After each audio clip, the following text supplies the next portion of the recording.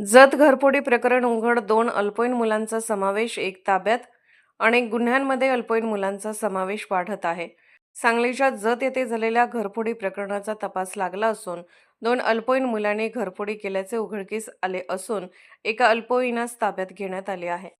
खलील पैगंबर शेख अंबिकानगर दुधाळ वस्ती जत यांचे 16 डिसेंबर ते 17 डिसेंबर 2025 या दरम्यान घरफोडी करून घरातील सोन्याचे दागिने अज्ञात चोरट्यांनी चोरून नेल्याची फिर्याद जत पोलिसात दिली होती. त्या अनुषंगाने स्थानिक गुन्हे अन्वेषण विभाग सांगली यांना तपास करीत असता गुप्त बातमीदाराकडून मिळालेल्या माहितीनुसार सदरची चोरी ही 2 अल्पवयीन मुलांनी केल्याचे समजले.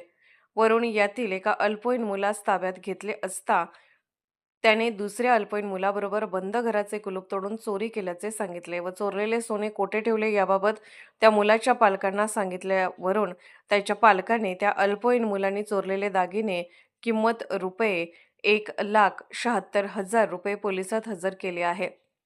या घरफोडीतील एक अल्पवयीन मुलगा फरारी असून अनेक गुन्ह्यांमध्ये वाढत असणाऱ्या अल्पवयीन मुलांचा सहभाग हा चिंतेचा विषय बनत आहे.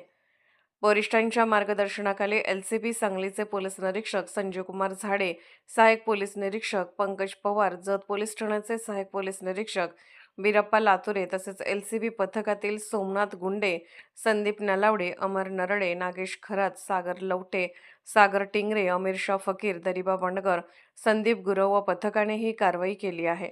महाराष्ट्र वेद न्यूजसाठी मुख्य संपादक लक्ष्मण सनगर, कवठे महांकाळ.